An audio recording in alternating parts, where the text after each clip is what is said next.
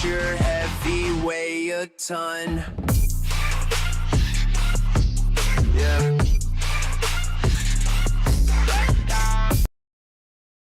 Welcome to the Man United stream. Hope you're doing well. Hope you're having a nice day. Hope you have recovered from the weekend's antics, all the footballing that we had. I mean, it was an emotional roller coaster. Emotional roller coaster from the week before where Ruben Amorim got the sack. I know a week seems so long in football. It feels like a decade ago that we got rid of Ruben Amorim, but it wasn't long. It wasn't long ago that we got rid of Ruben Amorim and we got Carrick in, we got Fletcher in, then we got Carrick in and we beat Man City convincingly, and it feels like so much time has passed by since we were talking about Ruben Amorim, we were talking about a new manager, we were talking about not having a caretaker manager. Now we're talking about the caretaker manager, the interim manager getting the job permanently. There's 70% fans out there who say if he qualifies for the Champions League, he gets the job. I mean, let me know what you think of that. I mean, that's interesting. My opinion's completely different, but we'll discuss that in today's chat. Would you give Carrick the permanent job as the Man United manager if he qualifies for the Champions League? Let me know. I was surprised. I was watching Sky Sports actually, and they were talking about it there, and they were like, they've surveyed. I don't know which fans they surveyed. I swear, I don't know which fans they surveyed, but they surveyed fans, and fans said that they would give Carrick the job permanently if he qualifies for the Champions League. Is this... I don't know whether that's a good idea, guys. I don't know. Look, I'm happy with the performance on the weekend, but I did warn everyone yesterday. At the end of yesterday's show, I said, look, keep your feet firmly planted on the ground, guys. This is a one-off game. It could be a bounce back. We will find out against Arsenal and the coming games. In fact, we'll find out against the lesser teams. United struggle against the teams that we should be expected to beat, right? That's what's happened. In this season, we've not picked up the points. If you go back to Ruben Amorim's, just before Ruben Amorim got the sack, let's look at all the games. Before we played them games, I think it was just after Christmas, and we were like, right, okay, we're going to go into a run of games which we should win every single one, get 3 points in each, and should be up there and comfortably sat in the top 4. And we dropped huge amounts of points. I think it was something ridiculous amount of points we dropped. So we've got that to discuss. We'll discuss that, of course. Let me know in the comments what you think about Carrick getting the full-time job. Is it too early for you guys? Or if he qualifies for the Champions League, do you think, right, we give it to him? I think it all depends on the style in which he does it in. I think if he does it convincingly, I think if we, say, for instance, go on a crazy run and a win streak, and United just look like a completely different team, I think it'll be very difficult for Ineos to not give him the job. I think there'll be huge amounts of pressure. But then it's a very tricky one. I'm not quite sure, guys. I'm not quite sure. I feel like, look, we still should go in there and bring in an experienced manager. You know my thoughts on it. You know I would take Enrique, just a blink. I'd take Enrique. Whether he's going to leave PSG, I don't believe so. I don't believe he is. I think the rumours that have come out about him, wanting a better contract from PSG, I think they're just all made up. But, okay, park Enrique on the side for a minute. You've still got Tuchel, who's arguably going to become available. You've got Ancelotti, who might decide, right, Brazil, I've given it my best shot and I'll move on.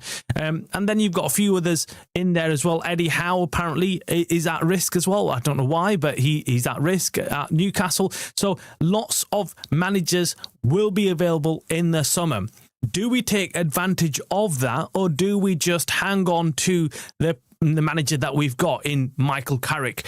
Let me know in the comments below, because this is going to be an ongoing saga with the manager from all the way down to, of course, the end of the season. We're going to find out. We're going to find out to the end of the season. Of course, it's going to be all up in arms. Whether Carrick does good or bad, it's going to be an ever ongoing discussion. Every game, I think, after every game, there'll be a discussion. If he does good, we're going to have the same discussion. If he does bad, we're going to have the discussion of getting a new manager. It's going to be interesting, shall I say. It's going to be interesting. But anyway, let's move on to transfer news because there's lots coming out today in transfer news. Now, yesterday we discussed how Michael Carrick went into a meeting with the board. Yes, he went in there with Wilcox and Barada and everybody else. And we were told that, look, United are not going to sign anybody. Well, they clearly weren't going to because they said to Ruben Amorim they're not going to sign anybody. But now something's changed. Something's changed in that boardroom where they've sat down with Michael Carrick and said, would it be prudent to go out there and sign a player in the January transfer window? Is there any names that Carrick has on his shortlist that they can bring in for him? Look, let's not get this mixed up. United and the board are not saying we're going to go out there and sign Baleba, we're going to go out there and sign Anderson or anybody else like Wharton. That's not what they're discussing. When they're talking about bringing transfer news in, they're talking about, someone unknown, a loan move possibly for someone like Neves. Gomez is even off the radar. I'm hearing United are not going to sign Gomez from Wolves, although he was regarded as one of the key targets or possible targets in the January window. Lots of strange noises coming out of United. Let me put it that way. Let me put it this way. It's just confusing. It's mixed messages, and I feel like they're just doing it for PR purposes. I really do. I don't feel like United are going to go out and sign anybody, but they are making noises, and then you start hearing noises about, Kobe Mainoo is the new signing of the January window, it's like having a new player. And Kobe's going to do fantastic under Carrick and, these kind of positive PR press news coming out. And of course, I accept, look, Kobe Mainoo was sensational against Man City. Yes, I think he'll do well under Carrick. Is it like a new signing? Okay, I'll give it to them. It's like a new signing. But would I prefer going out there and still signing somebody else? Absolutely, man. We need to go out there. We cannot get just this feeling of complacency. Just do not get complacent, United. Don't let the fans get complacent. Don't let the board get complacent. The problem is that just last week, let's go back to when Ruben Amorim's got the sack, right? We're not having to go back years. I'm asking you to go back just a week or two. There was protests at the Burnley game after Ruben Amorim got the sack. There was a couple of protests. 1958 came out and the ball was rolling once again. Ineos out, Glazers out, pressure was on.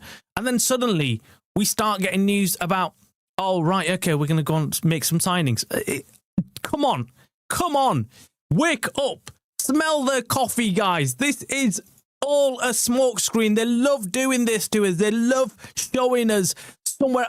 Look, there's a fire there. Look what's going on there. Ignore what we're doing right now. Ignore this completely. We're not doing this. Please, stop it. That's what they all do to us. They're always doing this to us. Anyway, look, I'm going to go to other news as well. We've got news on Man United possibly looking at midfielder. Now, one of the midfielders that United have been linked to is Hayden Hackney, right? He's the Middlesbrough midfielder. Come on, man. Lazy journalists. Lazy bloody journalists. Like, wait up. Michael Carrick's become the interim manager. Wait up. Who's he worked with? Let's pick out a player that he's worked with. Oh, yeah. Hayden Hackney, midfielder from Middlesbrough, will do a good job. Yeah, he's had a meeting with Ineos and the board. So, it must be him. Let's just put his name out anyway, and let's cause a bit of a stir. £30 million price tag. United. If they go and sign him for 30 mil, I'll go absolutely berserk. Absolutely berserk.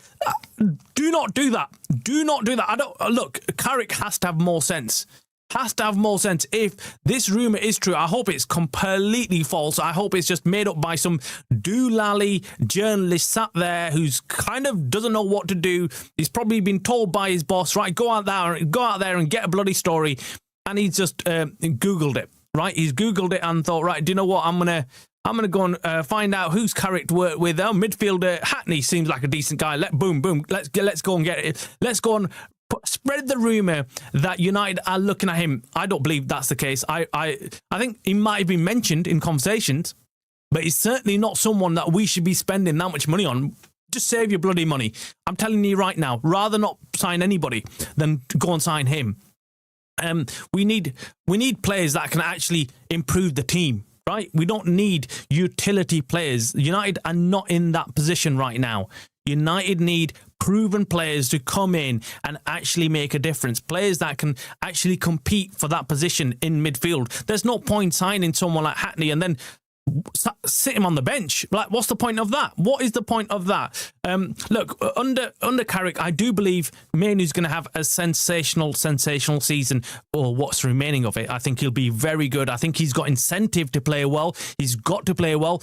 In fact, his stats were up there as the most yards, the most yards covered in the game against Man City. It was crazy, the amount of work rate he put in for a midfielder that you normally don't associate with covering everything, covering all the field, right? You just think Kobe's quite a kind of, he appears like quite a lazy type of player, quite silky on the ball. Absolutely brilliant, by the way, against Man City. Absolutely brilliant. That one move that he did, I don't know if you remember, he got the ball and he kind of, I don't know who was on him, but he did that twist and just turned around and opened up the whole space for himself. That's what I'm talking about. That's what I've always loved about Kobe Mainoo. Absolutely sensational. So yeah, look, in the coming months, he's got some incentive to work hard, and hopefully he will. Now, I'm going to go to the chat. Say hi to you guys out there. Of course, it's important to see what the chat is saying about the latest news, latest rumours about transfers, whether we're going to go and sign a midfielder, or whether you think we might actually be in for somebody else, a surprise signing. There have been rumours about United, but I feel like, look, a lot of it's been made up. And I'm going to come out and say it. Because United is big news. So everybody out there, whether it's Fabrizio Romano or David Ornstein, all the big ones, they need to keep their audience engaged. And the reason why they put out these news, because they've got loads of pressure. You should see how much people message the likes of Fabrizio and David and start saying, what about Man United? What's going on with Man United? And they've got no news. We've got no news. I'm not getting anything apart from that meeting with Carrick, but I just feel like that's a glazer in your smoke screen that they're giving. They're making sure the protests don't go ahead. Look, we all know fans are fickle. We are fickle. The moment we fight, look, that game against City, boom, there you go. Protests over. Nothing's going to happen now for a good month or so. And that it gives them that breathing space. A win like that, you saw Ineos, you saw Jim Ratcliffe, Barada, Wilcox sat like three clowns in the crowd in the director's box, and you could see their faces. They were relieved. They were absolutely happy, that United got the win. But not just because United got the win. They were relieved because they knew, right, okay, this might give us some breathing space, might give us a month or so where we're not going to get any protests against us. And then, of course, the news about, we're making some kind of moves. We are looking at players to sign in the January transfer window, gives them that breathing space and gets the fans off their backs. They're masters at it. They're masters at this. So look, whatever you think about transfers, you might think, look, we are going to go and get some more players in. I don't feel we are. I feel like they're going to wait and see till the end of the season. Like they've said, that's their master plan. That is the plan that they will want to stick to. And they know that, look, we've only got the Premier League games. We can cope with it with this squad. Come end of the season, they also know there's lots of players that are going to leave. Casemiro looks set to leave, although apparently, I did break it to you, didn't I? I said to you something about Casemiro. If he plays the remaining games for Man United, he can trigger an extension in his contract. I'm not quite sure if that's a good move or a bad move. Look, Casemiro, again, fantastic against City. But do I trust him to come back next season and do the same thing? No, I really don't. I think these guys are selfish, and I'm not going to start glazing over these players just because of the one game, right? Where were they for the past games? What were they doing? Why were they not playing good enough? And for Casemiro and others, like, who are going to the World Cup, I think they're only doing it for the World Cup. So yes, I might be really skeptical. I might be really negative in some of your eyes. Some of you fans might be thinking, well, look, what's he on about? Casemiro's playing sick, and United should, you should be backing him. I'm backing them, but I also feel like there's a selfish element in these players that is making them play the way they are. They're playing because they know that they can go. The World Cup's around the corner, and that's why they're making sure they work even harder, right? So, yeah, look, but anyway, I'm going to come to the chat, then we'll head off to other news. We've got the Paul Scholes and Nicky Butt saga still rolling on. I'll give you an update on that. Yesterday, we discussed that in the stream, and let's be honest, it's been turned into a bit of a shit show. I mean, yes, the comments, whichever side you were on, whether it was Scholes and Butt or whether you were on Martinez's side, makes no difference, right? We're all in the same bloody club, guys. It's not like Scholes and Nicky Butt don't want United to do well, and it's not like Leacher doesn't want to do well either. We're all playing for the same clubs. We're all on the same side. Give it a bloody rest. But anyway, I'll bring that news to you. Of course, it's kind of almost spiraled out of control to some degree. I'm just hoping that it kind of settles down. But I'm going to give you the response of Nicky Butt and Scholes on Leacher. Really interesting. And, well, yeah, I mean, it kind of gives you just an insight of what they're thinking. And you might agree, you might not agree. I'll bring that to you after we go to the chat. So, Sanas, welcome to the show, mate. Hope you're doing well, all the way from Nigeria. Hope you enjoyed the weekend's game.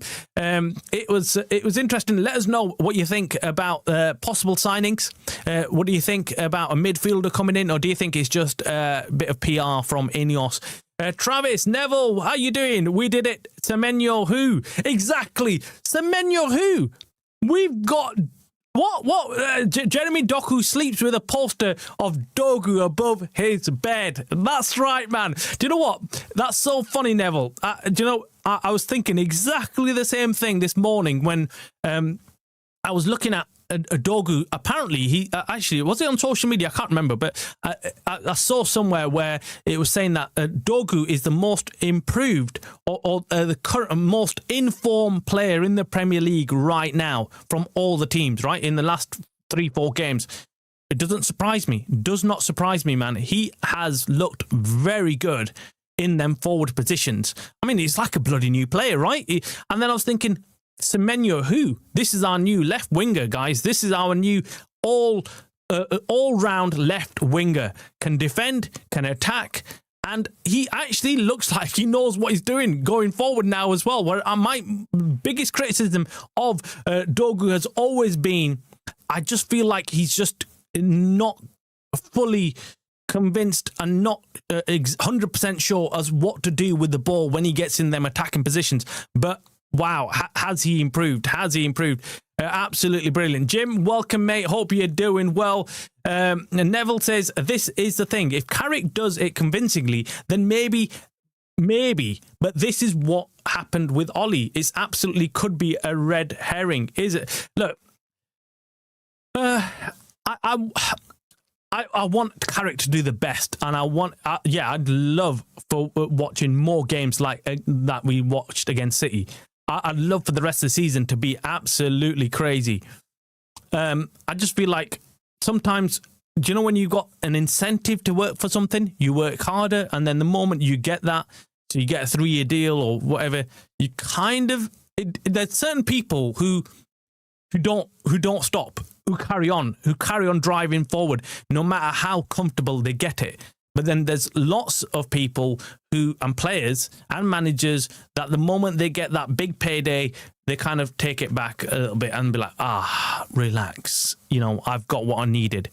And they've got that safety blanket, whatever you want to call it. And I just feel like, will Carrick be one of those or not? I'm not sure. But yeah, but then there's no guarantee if we bring in someone like Tuchel, I'm not convinced with Tuchel, by the way. I know there's loads of people who like kind of go off on Tuchel saying, oh, he's brilliant. I'm not, man. I feel like he's not gonna last in the job for long, especially given his character and him not working well upwards, you know, with the board, with the football club, with the hierarchy. He's got a track record of not doing well with that. It's consistency with mid-table. Yeah, I think it is.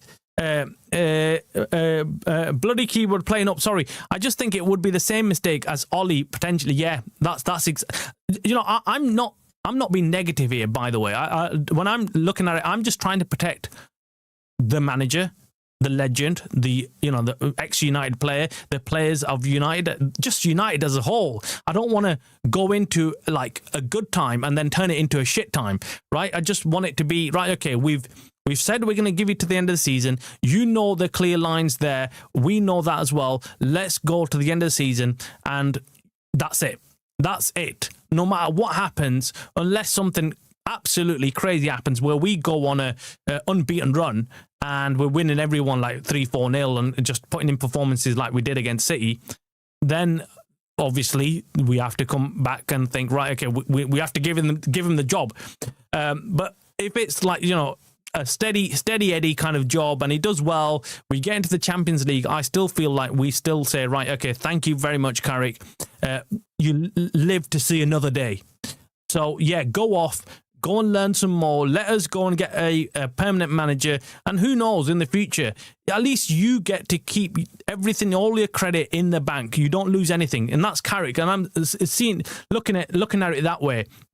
Enrique would be a dream. Enrique, I think for me as well, man, would be the ideal player to bring in. I just feel like, ideal manager. You can see I'm thinking about transfers constantly right now, but he'd be the perfect manager to bring in right now, because I just feel like he's got the experience. I think he knows what he's doing with the players. He knows how to manage upwards as well. He'd be one of those guys who can handle the Ineos and, you know, Wilcox and whatnot. That's what it is. And for me, that's really important. A manager that can do everything. If we don't have that, it's a struggle, especially at a club the size of United. Again, Enrique, having been at PSG, he's kind of managed a big club, not as big as United, but still he's there and thereabouts, right? There's a lot of pressure on PSG as well. There was to win the Champions League and do well, and he has proven that. The only question mark I have of that is because I just think, why would he leave PSG right now? I mean, PSG look like they're going to get even better with the young players that are coming in. So why would he leave? The project is still ongoing. So, and then obviously the way Ruben Amorim was dealt with by Ineos, I don't think that bodes well as well. Sanders says Manchester United board will give Carrick the job if we qualify for the Champions League. No doubt about it. I'm sure of that. Yeah, I think that's the most obvious and easiest thing for them to do. Do I agree with it? No. I think that, the fans, there'll be a lot of fans also saying, give him the job. We qualify for Champions League, give him the job. And I think deep down, I think Carrick knows that as well. I think Carrick knows that if I qualify for Champions League, I'll get the job. So, yeah, just go and do that. Just go and qualify.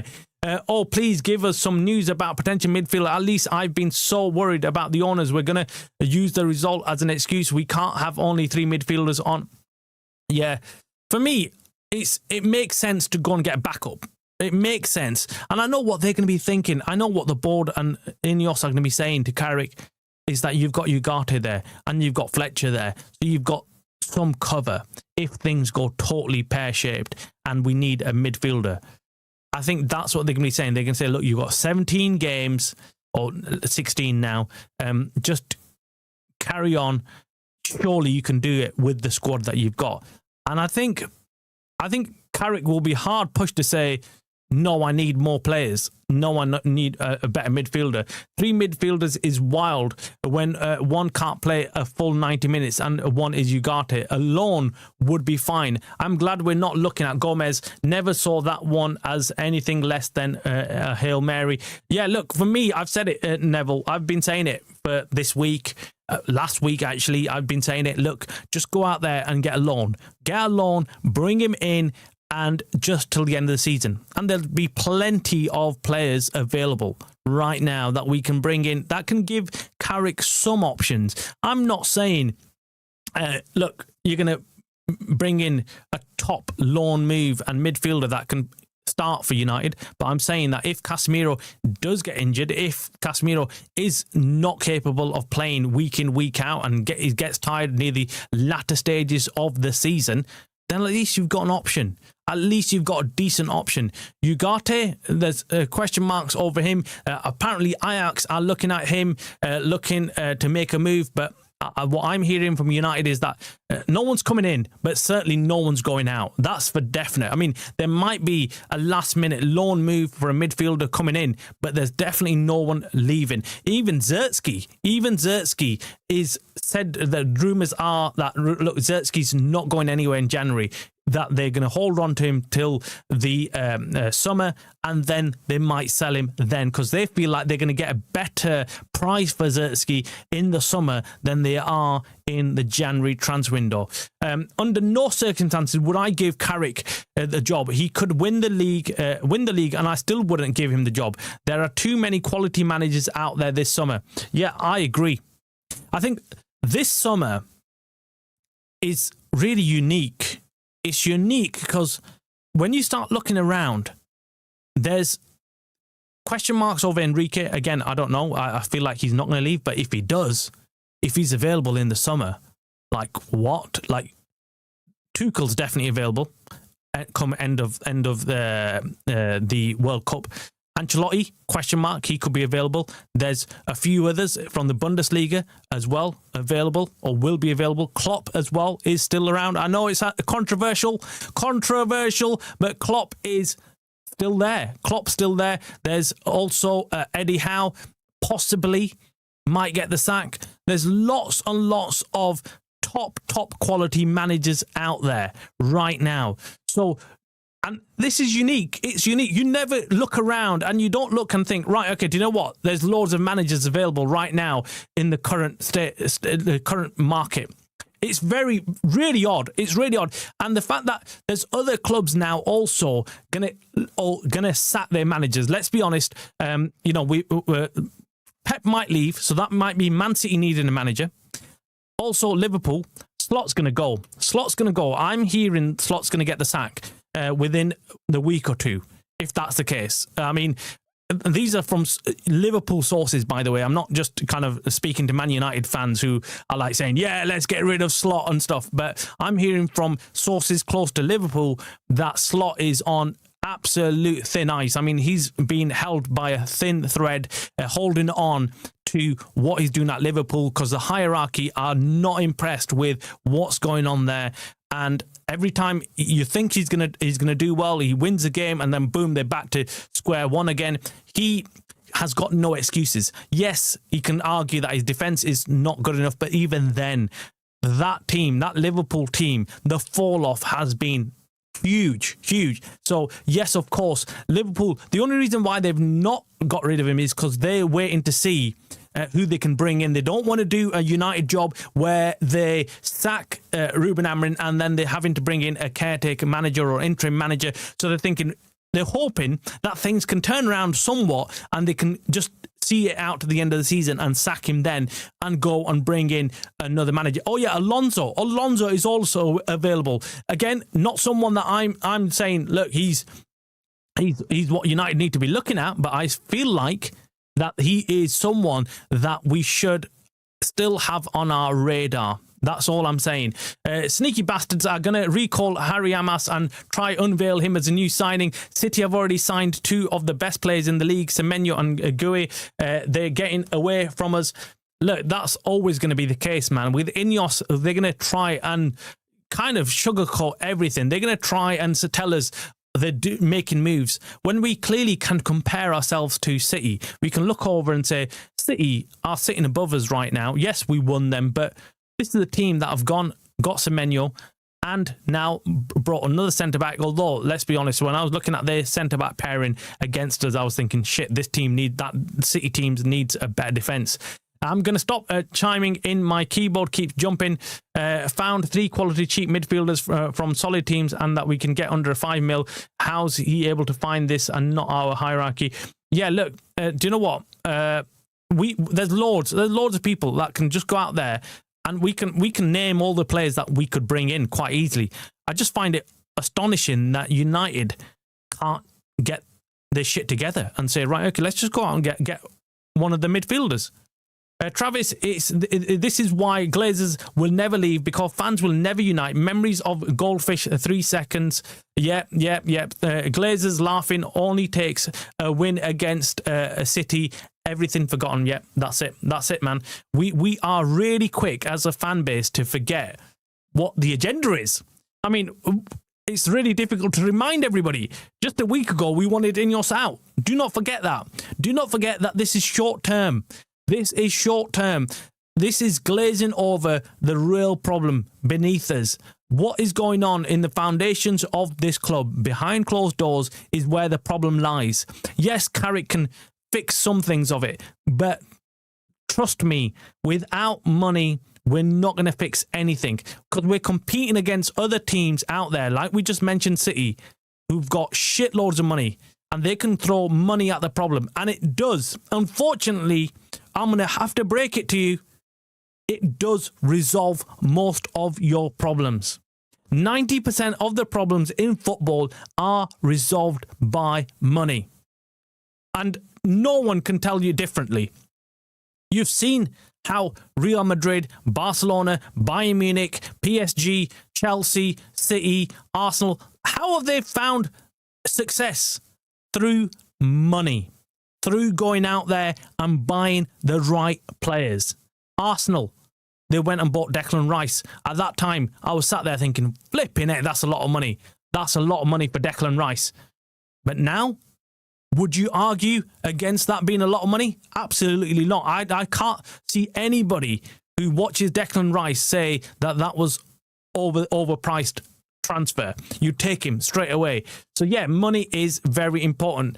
I agree. We can all see these ridiculous PR stunts from Ineos, and God, I hated seeing Wilcox and Browder looking happy, the twats. Yeah, I enjoyed that they were squirming. Yeah, honestly, I hate them smiling, man. I was like, this is not down to you guys. Do not take any flipping credit for this. This is an old legend of the club coming back in and instilling whatever you want to call the DNA, the identity, whatever, back into the team. You guys are flipping actively trying to get rid of the identity, actively trying to get rid of the DNA of the club.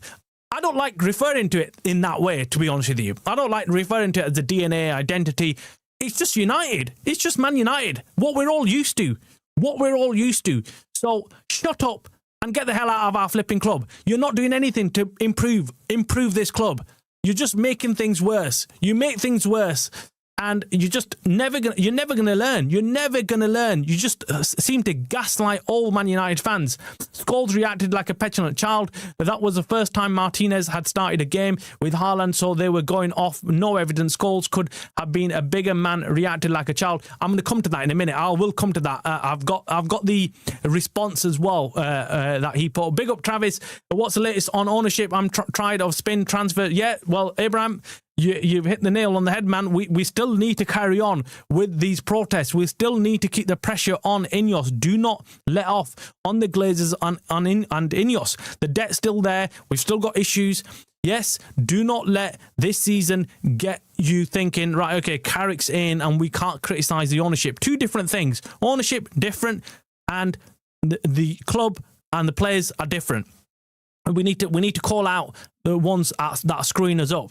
Scholes of all ex-players slagging off their physical attributes is crazy. Fergie literally wrote him off. Feel like my childhood heroes can't go a week without winding me up. Well, look, it's crazy. I have to admit, I was like, that's well below the belt. And you don't criticise your own club, right, and players like in that way, especially when you've got a platform as big as Scholes and Nicky Butt. And if they've set up that podcast and they're doing whatever they're doing, you don't use it to bash players over their head. But apparently he's had altercations with Leacher before. That's what the clip is today. I'll play it for you in a bit. Honestly speaking, I don't see Man United sign any midfielders in January because Man United board want Premier League proven players and they're not available until the summer. Yeah, I think that's the way they're going about it. That's the way they want to move this season. They don't want to sign anybody who's not Premier League proven. Even the rumour that we had from Ben Jacobs a couple of days ago about United looking at this secret midfielder that they're looking to sign, it was a Premier League and proven player who's now playing out of the Premier League. Again, so that I believe that rumour. I do believe that United had made an inquiry. I just feel like they've not gone further with that because they're not 100% sure whether they should put any money down right now and bring anybody in. Even on a loan move, of course, they're still going to have to put some money down. Define quality managers for us, says Loman. Isn't any manager giving results a quality manager? Managers that have proven record of winning trophies in a top league. Amrin won with Sporting. Yeah, Amrin won with Sporting. Quality manager. It's objective, isn't it? It's objective because some people will be like, look, I like Tuchel. I don't like Tuchel. I don't think he's the manager that we need. But then there'll be some people who say Enrique, quality manager, has proven himself in. But I feel like a manager has to not just simply perform with the team on the pitch. Getting trophies is one thing, but also doing things behind the scenes, having the ability to manage their players, manage players, manage the people like Wilcox who are going to be sticking a fork up your backside constantly, right? So at United, it's going to take a very, very good manager to come in and be able to do that. Someone with experience. I think that's what when you look at quality managers, that's what you're thinking, aren't you? You're thinking someone with experience, someone who can come in and hold their own. I think with Ruben Amorim, he was a good manager. Was he one of the best? Not. He wasn't. Let's be honest. He wasn't. He was still learning on the job. He was still inexperienced. Yes, he's done a lot with Sporting. Yes, he won lots of trophies and he won lots of. He had his win rate was brilliant with them. But at United, coming to a big club like that, big step up. So I think most of us would agree that when United are looking at signing a top manager, they need someone, when I mean top manager, I mean someone who's got the experience to take the big job. That's why Enrique kind of ticks my boxes. Again, you might agree or disagree. Bro, I don't want one of the biggest Amorim supporters. And bro, I was one of the biggest Amorim supporters. Oh, Neville, is it Neville, what's wrong in keeping Carrick if it gives us the results we want? I'm still sit and dwell on it, but I'm. Is it so? Oh, by the way, Luman, thanks for joining the channel, man, and thanks for your comments. It's always nice to hear everyone's perspective. Now, Neville is a massive Amorim fan, if you don't know. I've had arguments with him, not arguments with him, we've had debates, shall we say. And of course, there's some of us who've said Amorim's not doing well and stuff. I get your point, though. I get your point, because I think it'll be very difficult for the board and the fans. Right now, we've got 70% after one game saying that we want to keep Carrick if he qualifies for Champions League. I'm telling you right now, if he qualifies for the Champions League, he will get the job. Is that wrong? In my eyes, I feel like it could be wrong. It could be wrong. I think it is wrong because for me, you just want someone who's got more experience in doing it long term. Is Carrick getting beginner's luck? Again, some might say no because he's already done the job and he's got a good win rate. I mean, he was managing three games for us and he did well. I think he's already got a win over Arteta and things like that. But whatever it is, I wouldn't be upset. I wouldn't be like saying "F you, get him out of here. We don't want Carrick." I'd just be like, I'd be scared. I'd be scared of him getting the full-time job, even if he qualifies for Champions League. I still feel like lots can go wrong still with Carrick being in charge. And do we bring in somebody who's who's a proven winner, someone who can actually win trophies, get the team to that very latter stages of tournaments and make sure that they can tick over. That's the only difference. And yeah, it's still debatable. But the argument, I know what some fans will have. Some fans will turn around and say, well, actually, look, how does a manager learn? How does a manager actually learn, right? Okay, how does a manager get that bloody experience? They have to start somewhere. Enriquez and the Peps started somewhere. They managed, and then they managed to win. So, look, let's give someone like Carrick the opportunity. Whether he gets that or not, I just don't know. We know what happens in big jobs like United.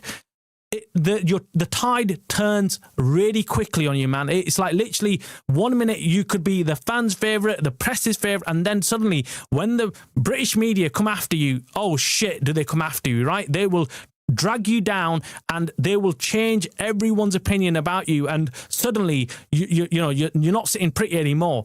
And Neville, fans like you was the reason Amorim was fooling us week in, week out and wanted to suffer pain. All right, so you're on the other side. You want Amorim out, so that because that's what we did with Ollie, and a long-term issue allowed players of power. Look, the player power has always been a massive, massive issue with us. Massive, massive issue. I still feel like the players are given too much of a say right now. Even in the appointment of Carrick, apparently the players were consulted. I don't know whether that's a good thing or a bad thing. Ollie and Carrick, two different personalities. What else is there? Pep is a checkbook manager, and so is Arteta. Yeah, exactly, man. Look, these guys need money. There was a debate going on about Pep. Would he have been this successful if he didn't have the ownership at Man City? Of course not. Of course not. If you look back at Pep and everywhere he's been, he's had the very best teams to play with, the very best players at his disposal. The question I have is, would he be able to do that in a team where they haven't got the players? They haven't got the players. That's where, for me, you really find out if you've got a top manager at your hands. If a manager can come in and improve a set of players that are not capable of actually on paper doing well. So for me that is the mark of a top player. Neville, let's wait and time will tell. Ben Jacobs and morning Steph, hi buddy, hope you're well. Okay. He was learning on the job. Absolutely, that was the issue. Really, Carrick had the advantage of being a United veteran and was able to walk in, identify things off the bat. We had do you know what? Carrick knows. He apparently I was watching an interview with Carrick, and he was saying, "Look, yeah, I've been watching from. Everyone has been watching from the sidelines. Everyone knows what Amorim's flipping been getting wrong, right? Everyone. I mean, I was screaming at the top of my head. I was like, this guy's flipping just going crazy. He's doing moves that anyone can see are wrong. Substitutions. His tactical awareness was not there." And you saw it with Carrick on the weekend. The changes that he made, Kuna coming on, taking off Mbumo, taking off Bruno, just the changes that he made worked. That's the difference. And that is Carrick who's doing that. So for me, yes, absolutely, Amorim was getting things wrong in a big way. And yeah, look, I get those who are saying, look, he shouldn't have got the sack and stuff. I get that, but I honestly believe that it was way overdue in some respects. It's one cup final down, 16 more to go. As simple as that. Yeah, great take. I like that. I like that approach. That's the way we should be looking at it. That's the way I said it immediately after the game. I said, Stephanie, that's exactly how we should be approaching every single game from now on in. It shouldn't be about, where are we going to be ending up at the end of the season? It should be immediately after the game against Man City. I said, right, okay, that's one done. Let's go on to the next one. We need to approach each game and take it step by step. Because the moment we get carried away, the moment we start looking at, we're going to qualify for Champions League, we take our eye off what we're actually doing. That's my problem. We need to concentrate on what we're doing. And once we do that, then we can argue all day long about whether Carrick should be the manager, whether we should have another manager. Leave that to the end of the season. Although it's going to be very difficult to part that subject, I must admit. Even I said it at the opening of this show. It's going to be very difficult to park that debate till the end of the season. Because every week we play, it's going to be, oh, Carrick's won. Right, he definitely needs to get the job. Carrick's lost. We need a new manager. And I don't want that debate right now. Forget all that. Carrick right now is our manager. And we need to back him 100%. And we need to go and make sure United succeed. My overriding objective is all about Champions League football. I want United to at least get into the Champions League football spots. And the rest is history. We can discuss everything at a later point. Anyway, let me quickly jump on to this whole spat, shall we say. It's, I don't know what it is. Look, can ex-footballers have their say about players like Leacher? I think they can, man. Why can't they? Why can't they? I think, however, they should have some kind of respect for the players. I don't think they should go in. I think it was disrespectful. What Nicky Butt said about Leacher getting carried by Haaland was disrespectful. It'll hurt any player, especially coming from a United legend. You want your legends to speak.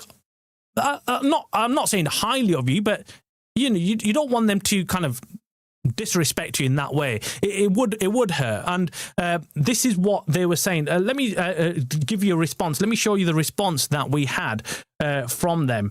Let me put it on for you guys. We exchanged messages on Instagram quite some time ago. You did? Yeah. Oh, I didn't know this. Yeah, he weren't happy with something I said. I sent him my phone number. I've not heard anything from him. Oh. First and foremost, he was brilliant on the day. Fair play to him. So let me just... they're having a discussion, of course, with about Martinez since the comments that went viral about him being carried by Haaland like a child, blah, blah, blah. And then this is now a response to that because Leacher came out and said, well, look, he can come to my house and speak to me face to face, but he wouldn't do that. Why wouldn't he just say it to me face to face? But now it appears that there's some history with Leacher and Scholes, and that's what he reveals in this clip. He says, well, actually, we've already had a direct message spat of some kind.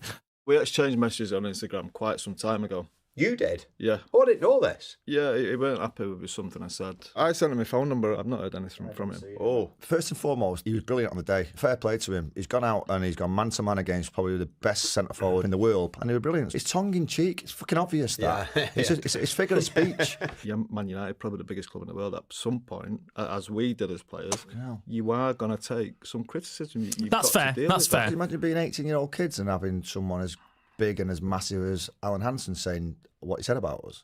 I didn't want to go out of the house for fucking weeks. When we got stick as players... Okay, I'm going to stop it there. And I get where they're coming from. They're saying, look, we got criticised as players, Alan Hansen on Match of the Day. But the whole social media thing has changed that, right? I mean, there's only so much people who watched Alan Hansen on Match of the Day, listening to him giving stick to the players. It wasn't something that gets spread everywhere. Every Tom, Dick and Harry finds out about it. This issue here is different, right? Okay, when these guys are doing it on their podcast and it goes out on social media, it gets all over. The players get to hear of it quite quickly. Whereas, in the times of Butt and Scholes, I don't think, apart from Alan Hansen, you won't get to hear everybody else criticise you. I mean, ex-United players were not coming out criticising. I know they didn't have much to criticise the team over at that time, but you don't get ex-United players criticising Scholes and Nicky Butt and things like that. I'd be very surprised if there were, not publicly anyway. So for me, yeah, that's where. Let me just finish it off for you guys. Used it as fuel, didn't we? I'm going to prove him wrong. Now, look, possibly we could have worded it better. I don't know. But again, as Nicky said, we're just having a laugh. He was brilliant on a day, and well done. No one's more happy than me than a Man United fan. Well, I think we have to take a bit of credit for Martinez's performance.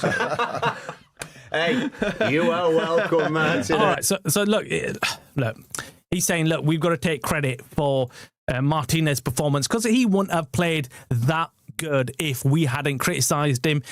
Maybe not. But look, we know what Leach is about. Leach is the butcher, right? I love the guy. I love him. I love his emotion. I love his commitment. If I could, I'd have a lot more of Leachers in the team.